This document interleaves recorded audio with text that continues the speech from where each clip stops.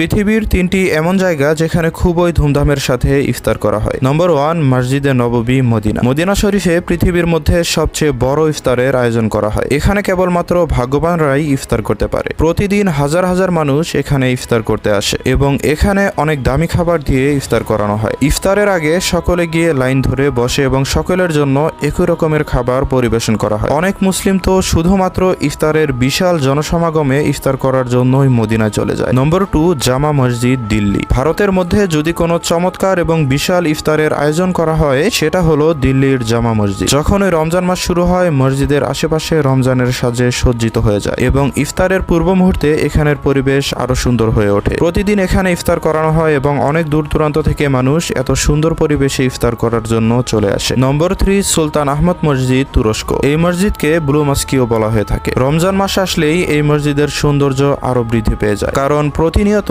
ইফতারের সময় হলেই মানুষ দূর দূরান্ত থেকে পরিবার বন্ধুবান্ধব নিয়ে এখানে চলে আসে ইফতার করতে এবং সকলে একসাথে ইফতার করে। এখানে ইফতারে তুর্কি খানা, স্যুপ, ব্রেড এবং খেজুর পরিবেশন করা হয়। সত্যি বলতে দলবদ্ধভাবে ইফতার করার মজাই আলাদা। তো বন্ধুরা, আপনি কি রোজা আছেন? তাহলে কমেন্টে অবশ্যই আলহামদুলিল্লাহ লিখে যাবেন।